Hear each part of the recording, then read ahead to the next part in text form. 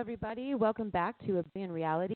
Today, we are speaking to the legendary godfather of Canadian hip hop, Maestro Fresh Wes. Maestro is a rapper, record producer, actor, and author, to name a few. Welcome to the show, Maestro. Hey, how you doing, Queen? I'm great. How are you? Beautiful. Actually, it's cold in Toronto, but at least the sun is out. The sun is shining. That's a beautiful thing right Oh, there. So. that's great. That's great. It's such an honor to have you on the show. You know, it's been 16 years since the first time we met, so time definitely flies. Shout out to our mutual friend Gerald Barclay for connecting us in the first place. Yes. So I like GB. Me and him go back, way back, so it's great. yeah, definitely. He's a big fan of yours. He always has been. Yeah.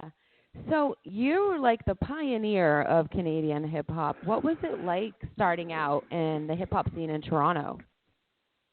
Well, thank you, first of all. Toronto, just like every other major city in North America, has its own history when it comes to this genre of music. A lot of it of us, we learned from our brothers, our big brothers and sisters in New York. So what the scene was like back in the 70s, like late 70s, was sound crews. We had sound crews like, Sunshine Sound Crew. That was the biggest one in Toronto. I was a little snotty-nosed kid back then, like 10, 11, when they were reigning terror around Toronto, just having parties everywhere all across the greater Toronto area.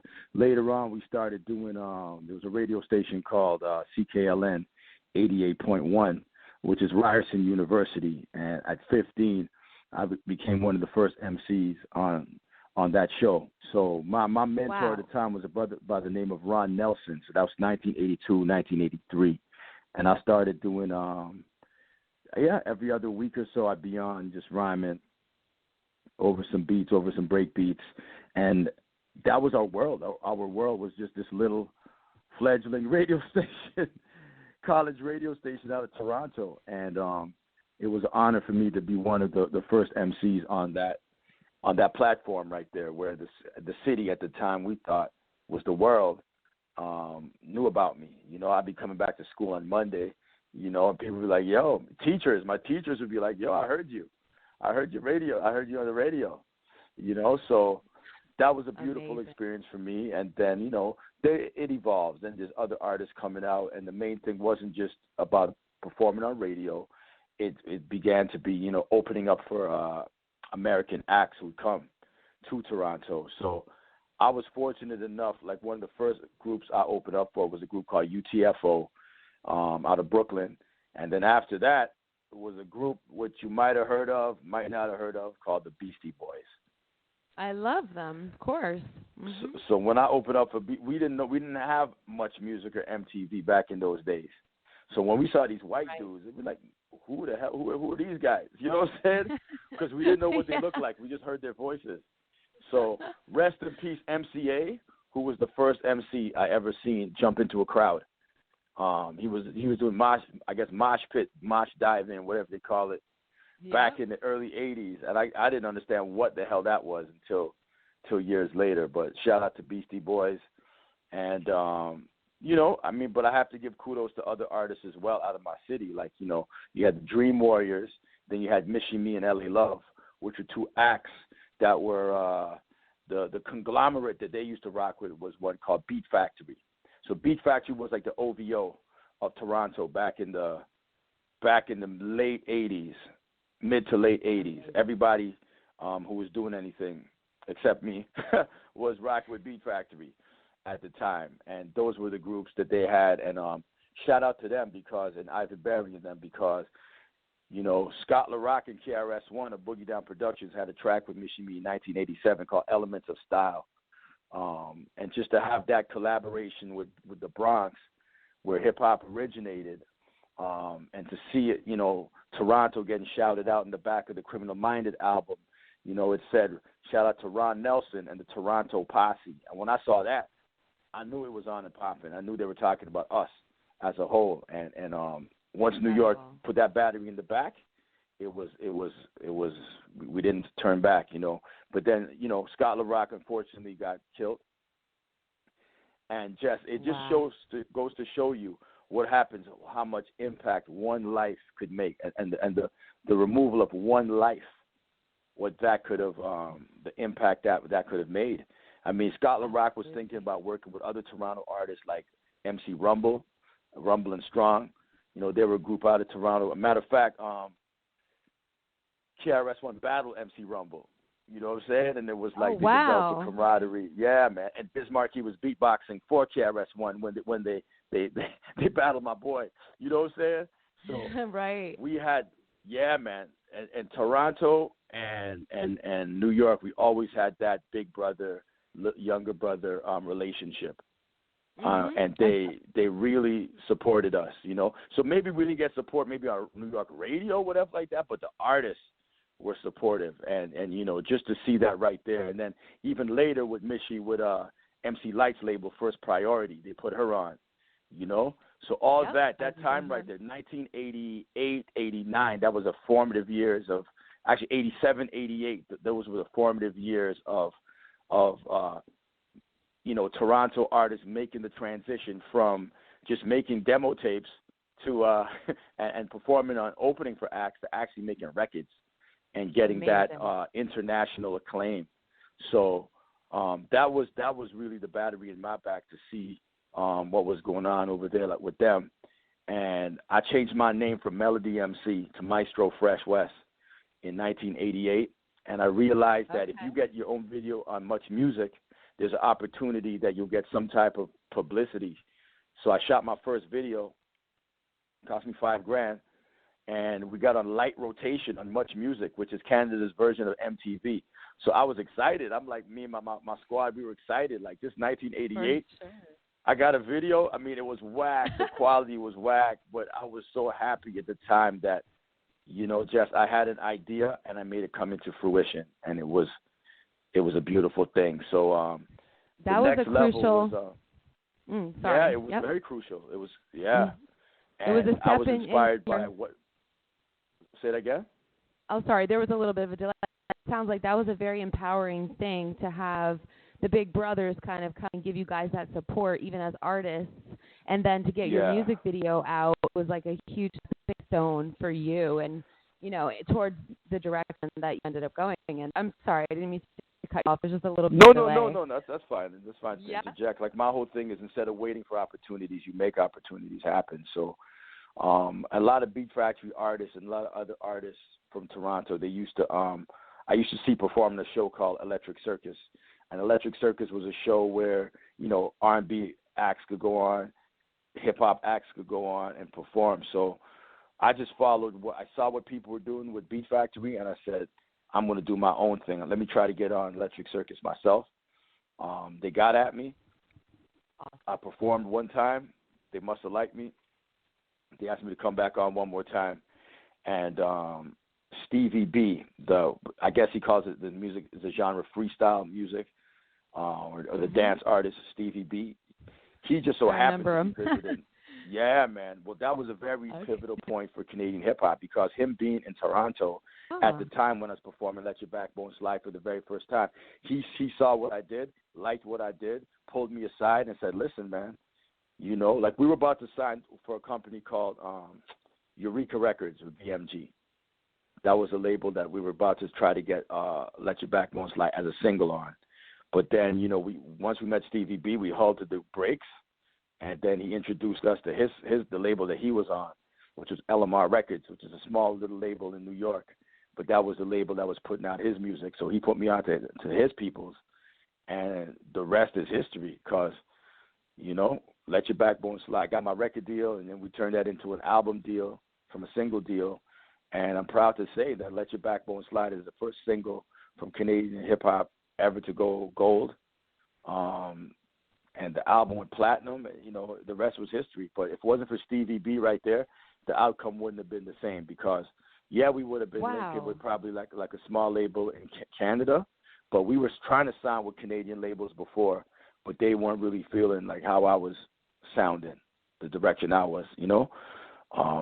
But that was the turning point right there for me, and not only for me, but for the turning point for Canadian hip hop because now it just wasn't about having a cool record. It's about having a banger. It's about having a hit record. And I got a slogan: don't make records, make history. And Let Your Backbone Slide became a part of Canadian music history.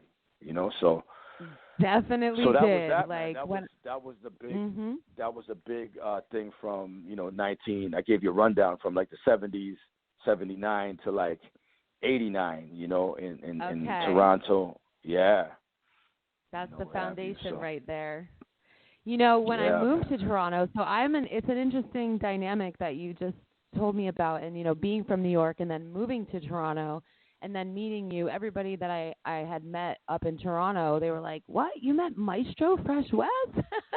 And they told me, yeah, they played that song for me, Let Your Backbone Slide. Every single person that I knew, and I knew a lot of people. I was very social back then. Everybody knew it. Everybody loved it. It was just legendary. So it's so amazing to hear the backstory from you right now. So what I'm so curious about, and I want to get into your head a little bit, because the way you think is obviously very unique, very innovative, and just your whole attitude and approach is very, very intriguing, especially with all that you've accomplished. So what was your mindset when you were starting out that took you to that level? And, how did that evolve as well? Well, my influences just so happen to turn out to be the greatest artists, and they're still revered after so many decades. It's one thing to like certain artists or whatever like that, but then it's another thing when they stand the test of time, and it looks back and you look back and you knew, like, yes, I just didn't think these guys were good because I liked them at the time. They were just legends, in the making. And I say that, giving Eric B. and Rakim props for that paid in full album. That followed the Leader album, Eric B. and Rakim. Public Enemy, It Takes a Nation of Millions to Hold Us Back. What else was I listening to? Kumo D. I was listening to Ice-T's Power album. Those were the albums that inspired me. And obviously artists like LL Cool J and Cool G Rap, with a touch of Dougie Fresh and Slick Rick. But those were the artists that really motivated me. Yeah, man, to write and become who I was as an MC. We're talking about artists like that, like in the 88, 89. My mindset was, I'm going to be the greatest I could possibly be out my country, out my city, especially out my city, because we didn't know anything else about spots like Alberta or British Columbia. We knew nothing. All we knew was Toronto and New York. That was it. Wow. That was it. Yeah. All right. So then later I ended up going to across Canada, and the love I received from Vancouver, Alberta, the rest of the country, that I love it. I love it. But I'm saying back in the late 70s to late 80s, we didn't know too much about Canada. It was just Toronto and when I say New York, I'm talking New York, New Jersey, Philly. They were a part of that too, because Schoolie D, Tat Money, who else, man? You got like those guys like that. Not even Jazzy Jeff and the Fresh Prince, but you had like TJ Cash Money, MC Marvelous, Steady B. Philly was always doing their thing too as well. And like I said, Ron Nelson was my man who put me on it. And it's funny, years and years later, one day I was chilling with Ron, and I said to him, why did you stop, hip-hop? Like, why did you stop DJing or promoting hip-hop shows? And he said, Wes, I support underground music. He said, hip-hop's not underground no more. That's why I just do dance hall. He said, I didn't change. Hip-hop changed.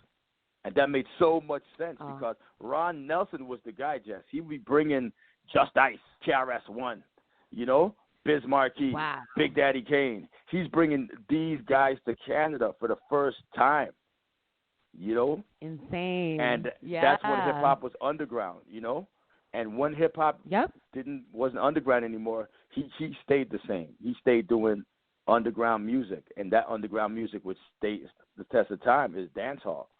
So I was just watching his IG Live the other day. He cut off his dreads. You know what I mean?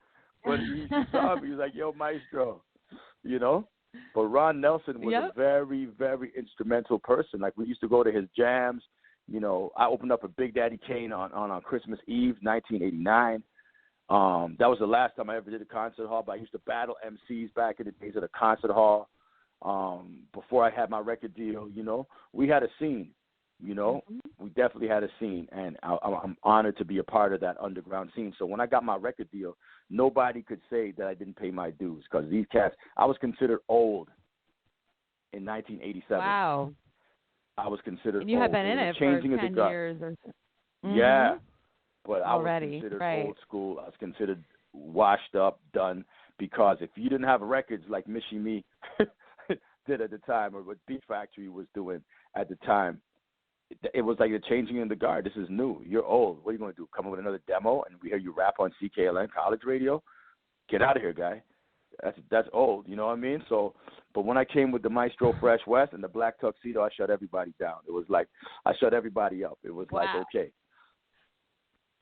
You know, so that. What was your mentality at that time to keep yourself relevant, keep yourself fresh, and, you know, how did you I'm a concept driven. Yeah, I'm a concept driven artist. So when I came up with that concept of the Maestro, I just took it to the next level. I made sure my lyrics were always on point. I just had to make sure my beats were there too. And, you know, Peter and Anthony Davis of First Defense Productions, who I went to high school with, they produced the first album for me, and they did an awesome job with that. And, yeah, like I said, we knew we were not making records. We were making history. And that's what we definitely did. And, you know, Canada never had, like, you know, in America you got Grammys. I was nominated for a Canadian Grammy called a Juno Award, right? And I was the first ever to be nominated, but they never had a rap category, so they let your backbone slide in the dance category. And I didn't win, and I remember being kind of like, well, I guess this is as far as we're going to go in terms of national acclaim. But then the next year, the Canadian Academy of Recording Arts and Sciences implemented a brand new category called the Best Rap Recording of the Year, and my album was out at the time. So I'm the reason why they made that category for the Junos. You know what I'm saying? And That's I'm honored so to be a part of that. You know what I'm saying? So, and yeah, so that was my vibe right there. And the thing is, once I got that, I was nominated for 5 awards. You know, Bryan Adams beat me out of Single of the Year. But what was the main thing of that whole event, besides meeting Quincy Jones, was seeing Leonard Cohen receive his Lifetime Achievement Award. Now, Leonard Cohen's a big, iconic Canadian rock artist. So here I am with my Juno Awards, which look like just like water bottles. And then Leonard Cohen's award was about the size of a grand piano. They had to push his award on stage, standing ovation for Leonard Cohen. And here I am with my 2 liquid water bottles. My whole thing is I reached a destination. But in life, once you reach a certain destination, there are more expectations out there for you. So that was my whole thing. It's like, yeah, you accomplished this. This is cool. On to the next. Keep it moving. Now you have higher expectations for you to reach. You see what I'm saying? So that was my mindset. Definitely. My mindset is like expectation. Just like my book, Stick to Your Vision. Expectation, you have a high expectation for yourself. Operation is putting that work in. And for me, hip-hop, putting that work in was to, like, drive to New York City all those years, dropping off my demo tape to labels, nobody getting back to me, getting dissed, getting called old in my own city, to finally perform an Electric Circus and getting and being in the right place at the right time. That's a part of the operation to reach your destination, which was to be the first Canadian hip-hop artist to go gold ever and to set that mark. But once you set that mark, there's more expectations for you, and you should set higher marks for yourself. So that was my whole thing. I never lied on my laurels like I'm great, you know, whatever like that. My whole thing was like, let's keep it moving. So you're so humble, and that's so refreshing. And I feel like, you know, it's so clear hearing this, what you're saying now, why your career has lasted so long and all of the amazing things that you've done, even outside of music, especially with music, but even outside of music. But what type of adversity would you say you faced in your life or your career throughout?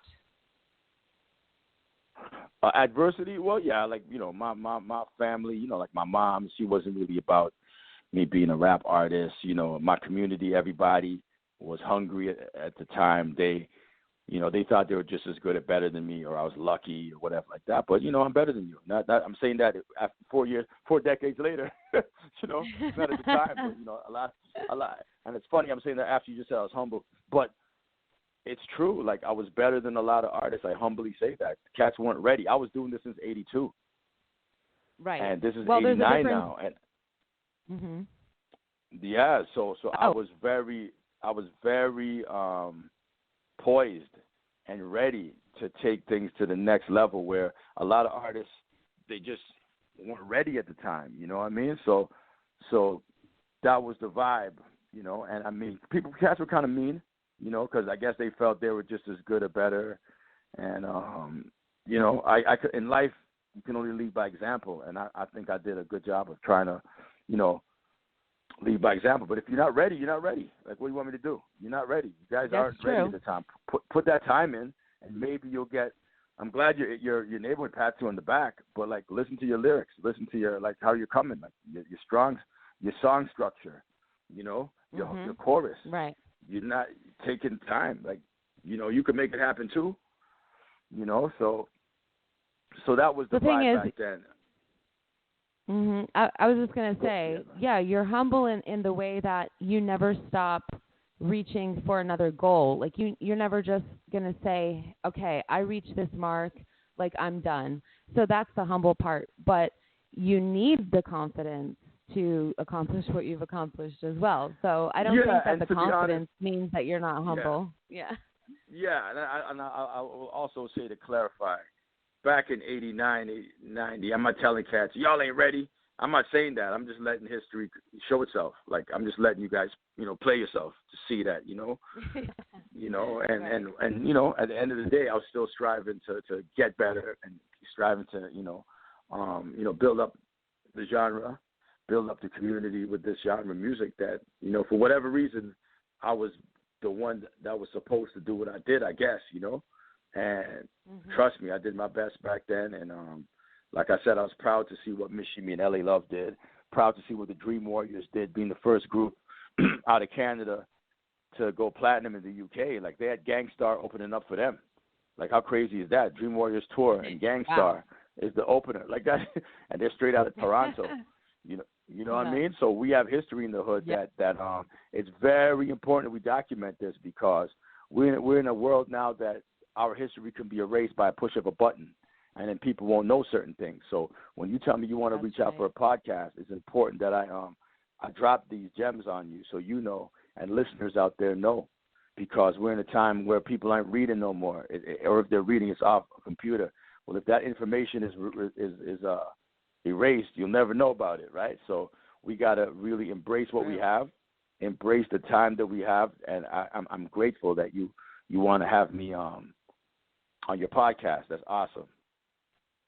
I'm so happy to have you on, and just, you know, getting this backstory and this information, like you said, you know, things a lot of people, they don't know it, you know.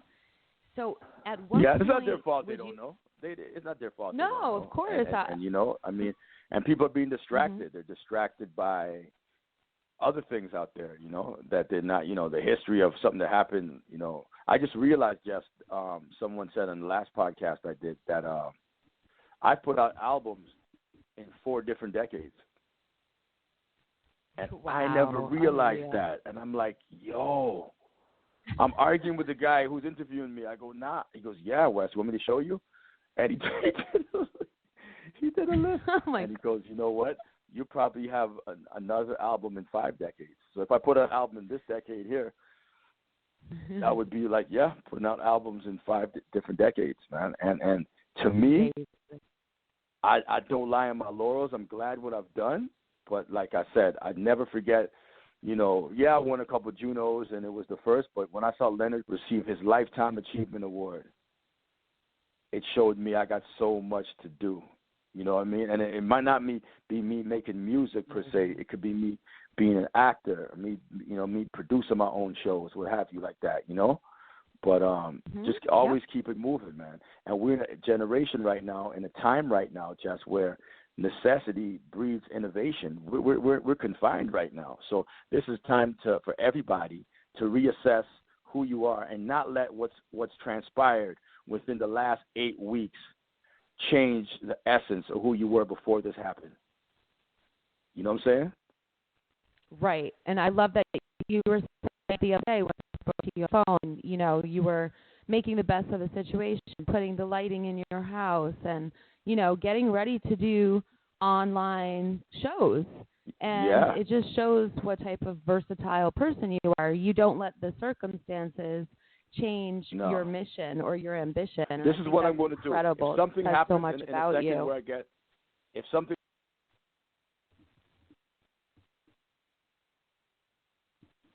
I think we lost Maestro, but I'm sure he'll call right back. 1 second, guys.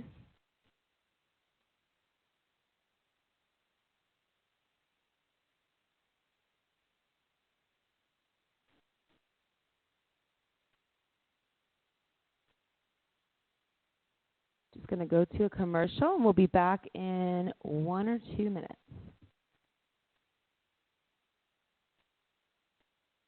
Join me, Chris Levels, the host of Politics and Prophecy on FreedomizerRadio.com, the show that seeks to educate instead of indoctrinate, enlighten those that seek knowledge and truth while exposing lawlessness and wickedness within our society. Monday through Thursday, 3 p.m. to 6 p.m. Eastern Standard Time is the time you can join me and my guest on FreedomizerRadio.com.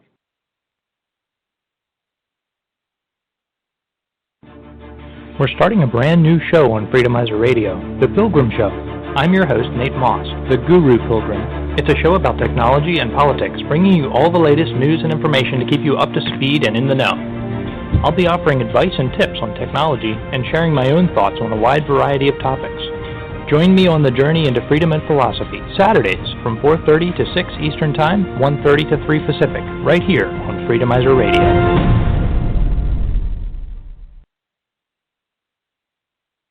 Please check out the Barefoot is Legal radio show right here on Saturdays, 1:30 p.m. to 3 p.m. Eastern Time. That is 10:30 a.m. to noon Pacific Time, as we show you all about your barefoot rights and living a barefoot lifestyle. And for more information about the 501c3 nonprofit Barefoot is Legal, please check out barefootislegal.org.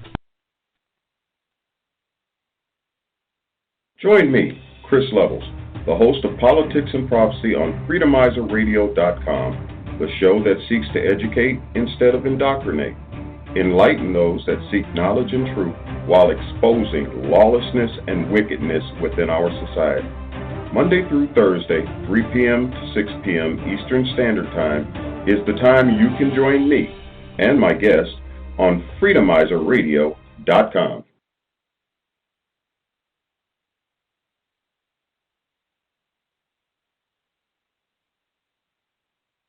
From the people that brought you the roller coaster making game and who brought you the FEMA coloring books, it's the FEMA Camp Tycoon. That sounds cool! Here you will have over 800 concentration camps to choose from. Wow! You want Vegas? 29 Palms? Jacksonville? Start with Beech Grove, Indiana, and it's Okay, guys, we're back. Maestro, are you there? Yeah, sorry about that. That's okay. No worries. I played a couple commercials. Yeah, man. We took a little commercial break. Good. Where okay. were we, man? We were. So we were talking about how we have to be in the world, and obviously in any type of creative industry. So you were basically going to tell us how you stay innovative in the current circumstances. Oh yeah. So like I had to learn about certain things I didn't know about. Like I'm from the era of the physical. We live in the era of the digital right now. I learned to copy and paste last week. I'm a dinosaur. You know what I'm saying? So my whole thing is this is time for me to like just get up to speed and learn different things. And I'm doing a show. I got my own IG live show I'm doing this Saturday. but yeah, I'm getting ready because I want it to be awesome, you know. So these are things I have to adapt and do. And here's my thing, Jess. Like my points of reference that I look at, I can actually look at myself as a point of reference because there was a time when, you know, the first label I signed to, things didn't work out with them. So I got off that. Then I went to another label called Attic Records. But I said to myself, you know what? Let's say things don't go right music-wise. What am I going to do? I need to have something to fall back on. So I started taking acting lessons. I saw Tupac in Juice, that movie Juice. And I'm like, I studied what he did, and he went to acting classes and stuff like that. So I'm like, boom, that's the move. Because the battery was already in my back when I saw Ice Cube and Boys in the Hood and Ice-T in New Jack City. But when I seen Tupac in Juice and with Omar Epps and them, I'm like, yo, these guys look like me, man. Like, I could do this. And I studied. Like, I went to classes and stuff. And you know, I got dissed at a lot of auditions, man. I wasn't that good at first, you know, and I kept on working at it. But what did I learn from being a hip-hop artist? I learned the importance of repetition and the importance of preparation. So that was what I try to implement in my auditions and especially implement when I get the part, when I go on set. I try my best to be prepared, and I be prepared by, you know, practicing my lines, you know, that repetition right there. So, you know, then I started getting a couple other parts, TV shows in Canada, and then I get the call to do like a small, tiny role in this movie called Paid in Full. And the ill part was that the same cameraman, Paul Sarasi, who shot Let Your Backbone Slide 10 years prior, he was the cameraman of the movie Paid in Full. So when he saw me on set, he made sure that I got some shine. You know what I mean? So that's why. Amazing. Yeah, man. So when you see Mekhi Phifer playing Money Mitch in the whip, and he pulls up with Dame Dash and Wood Harris is in the back seat too, and I'm riding shotgun, the reason why I got shine is because of Paul Sarasi. He made sure that even though I didn't have that much dialogue, he made sure that he looked out for me, which was awesome. Because in life, you never know who you're going to meet along your path, man, you know?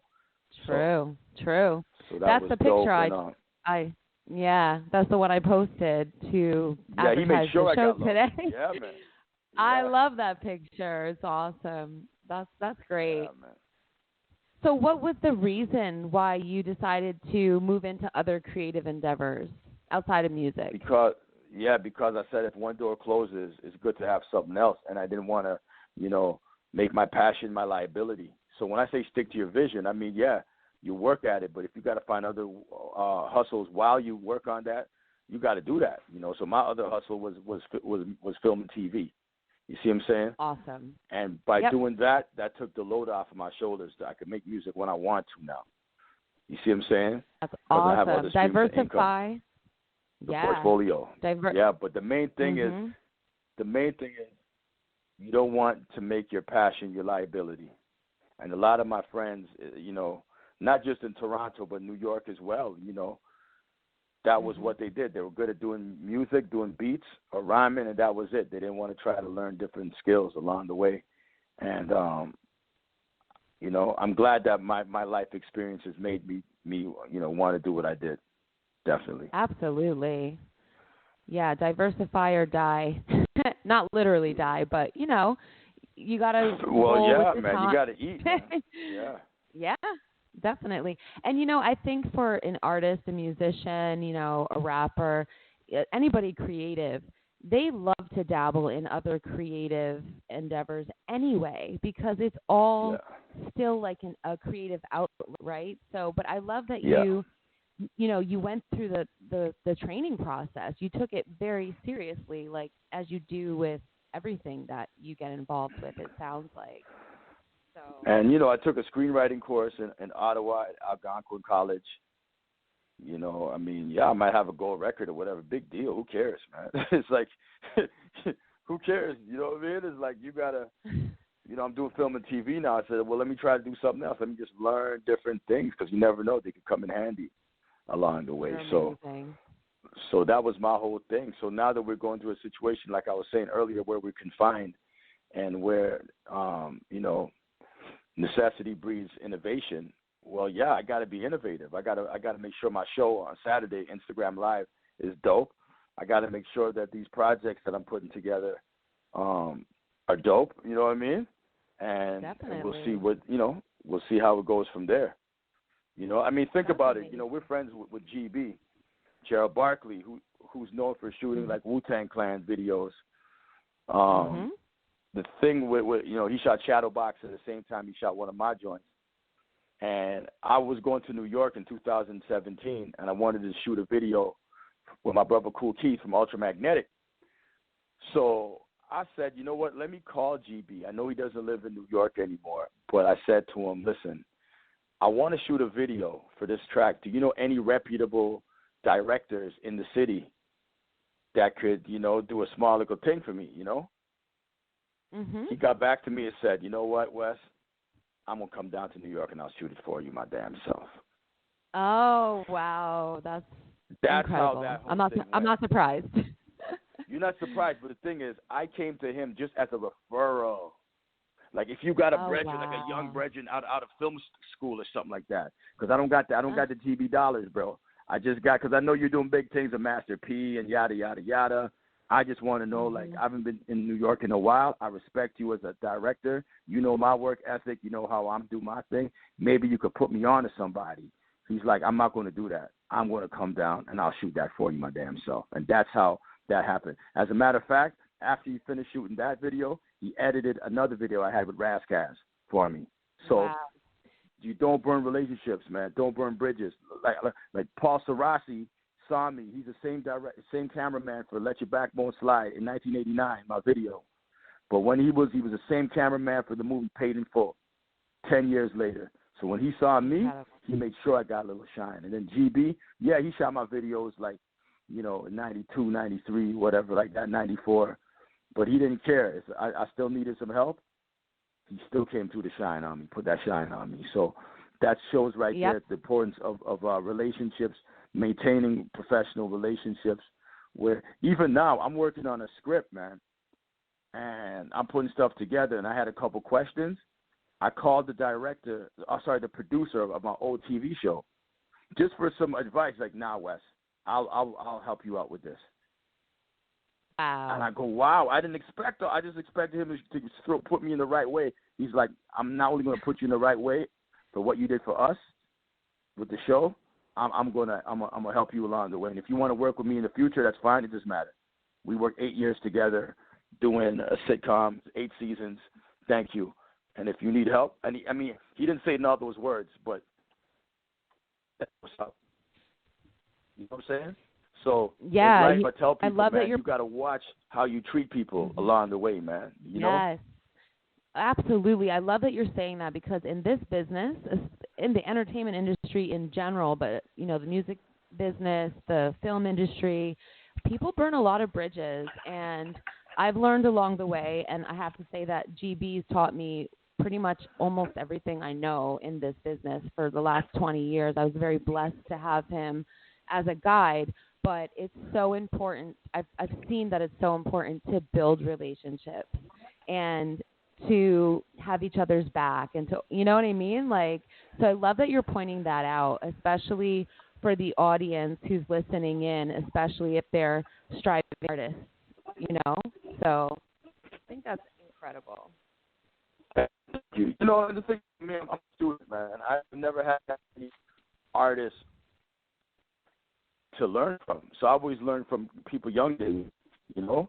And, you know, I learned too, like, you know, humility is a skill we all got to work on, because if not, our egos will contaminate us. And we're in an ego-driven industry.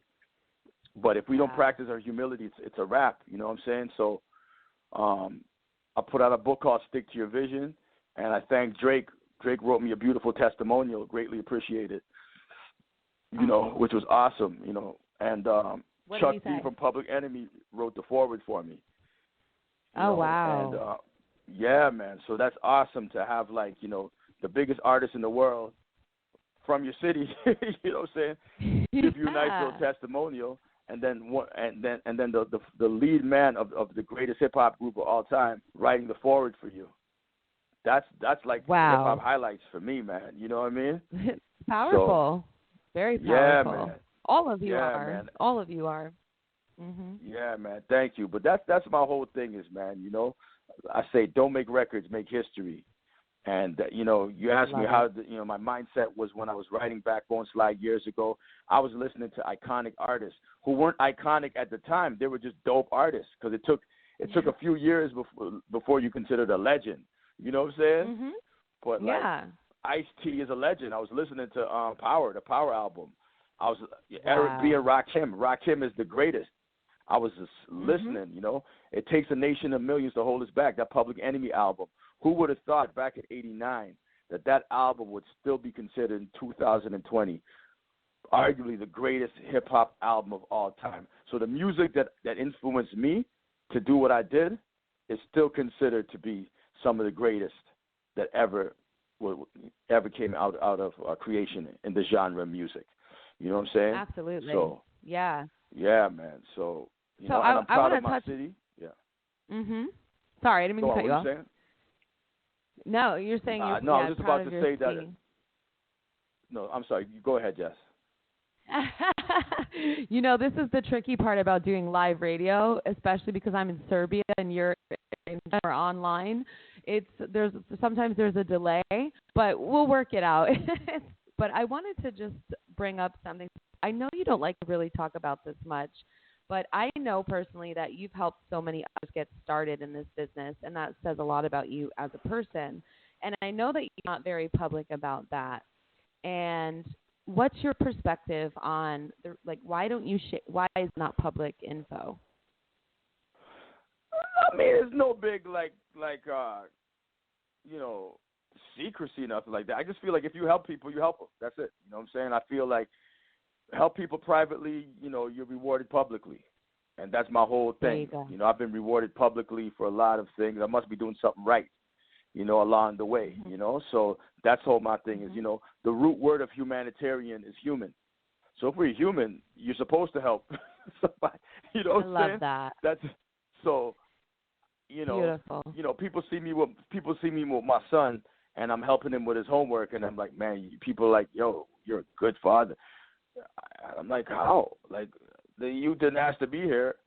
I'm supposed to help him with the stuff. Like, I want no stripes for doing what I'm supposed to be doing. I don't want stripes for that. So if I'm in a position that my community considers me the Godfather of Canadian hip-hop, that's a beautiful thing right there. So to me, I'm supposed to be inspiring people. I'm supposed to be mentoring people. I'm supposed to be helping out artists directly or indirectly. You see what I'm saying? And if you I love that. You know what happened to me one time? I came out, and this is what really changed my vibe. I came out in '89, and I was the biggest thing, whatever. And then I was asked to do a performance at Sick Kids Hospital. So it was me, and then there was some comedian who was supposed to go on right before me to meet the kids. Mm-hmm. These are kids with chemotherapy. You see them, they're about to die, whatever, this. And what I heard was the comedian guy. He was a pretty popular dude at the time. Apparently, he didn't want to go on until the media got there. Wow. And that really changed my whole approach to how people, one, view themselves, their importance, and also their motives for helping people. So I was schooled at my formative years in the entertainment industry of what to look out for. And if you're going to help somebody, just help them, Why you want cameras there to humiliate these kids that you're giving back if you don't really want to do it? So that was a pivotal point in my career where it's like, when I help heads, you don't got to know. People don't got to know. That's between me and you. You feel me? That's it. Because it's from a good place. It's from a righteous place. You know what I'm saying? I don't have to post this or post that or what. Nah, You got to think about it. What did I say? I went on Electric Circus, and Stevie B just so happened to be there when I got my record deal. That's how I got my record deal. I went to on my TV show, Mr. D. I play a school teacher on this show.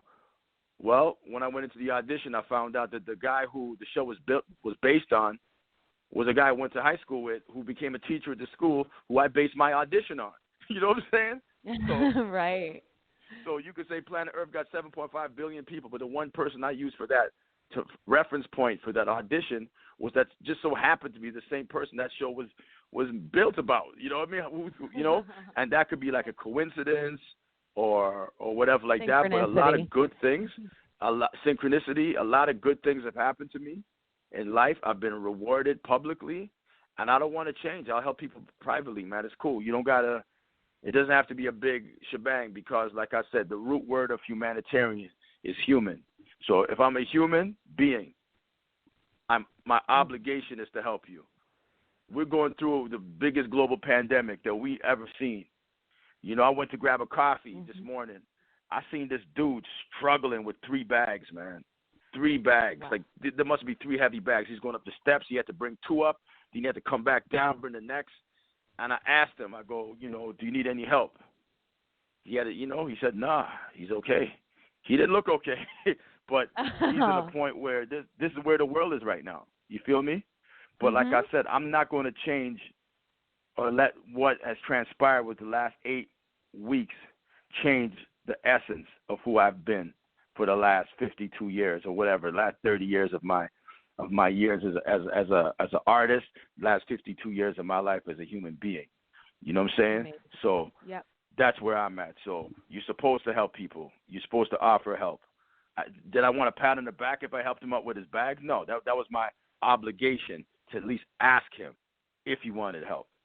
What I think is so incredible about it, and number one, I have so much respect for that mentality, and I feel like what I find so amazing about it is that you feel, you know, compelled to help as a human being to another human being. It's not because you think you have to. It's not because you want recognition for it.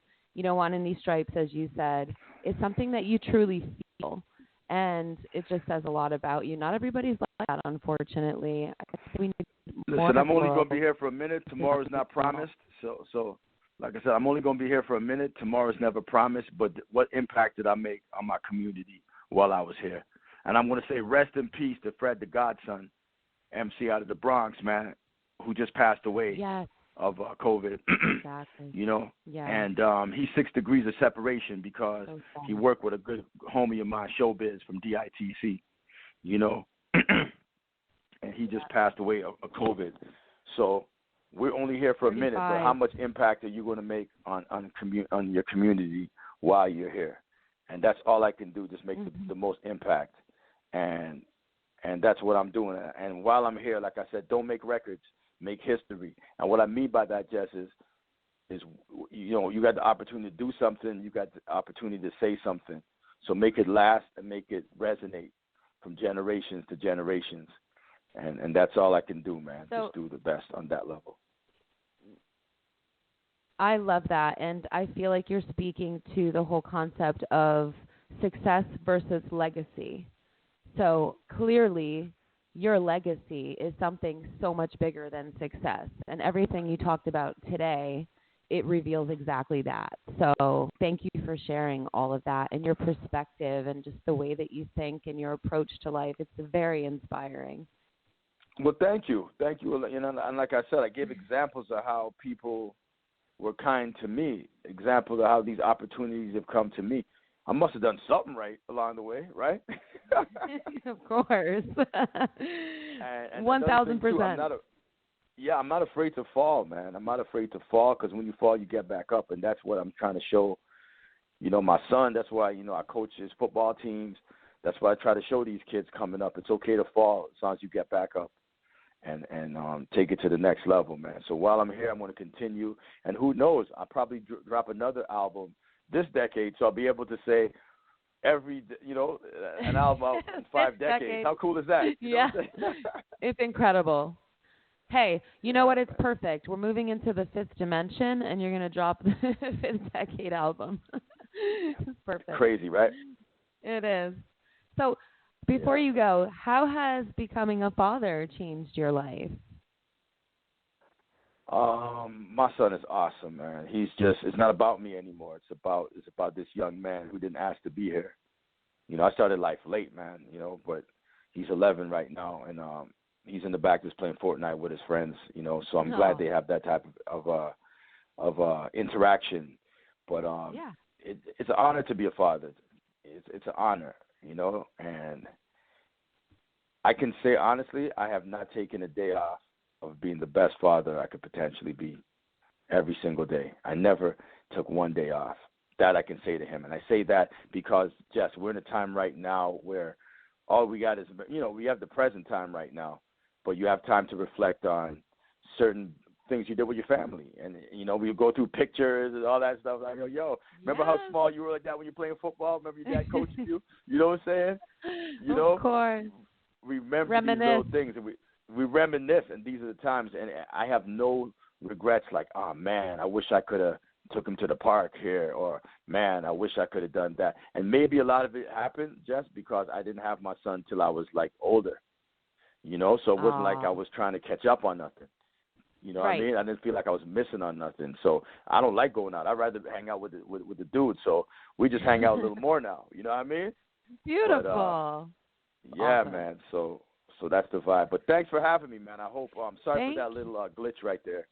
But I hope we no made worries. up for it. That's okay. We just took a quick commercial break. It's no big deal. Thank you so much for sharing and being on the show. It's been such an honor, and I'm looking forward to seeing what's next in your chapter in life. It's wicked. It's always something new with you, which is amazing. Yeah, man. We got to keep it that way, though, right?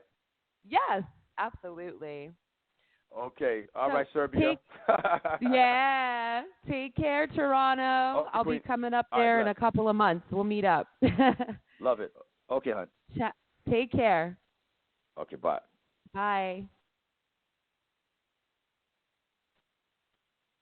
Okay, guys, we have about a half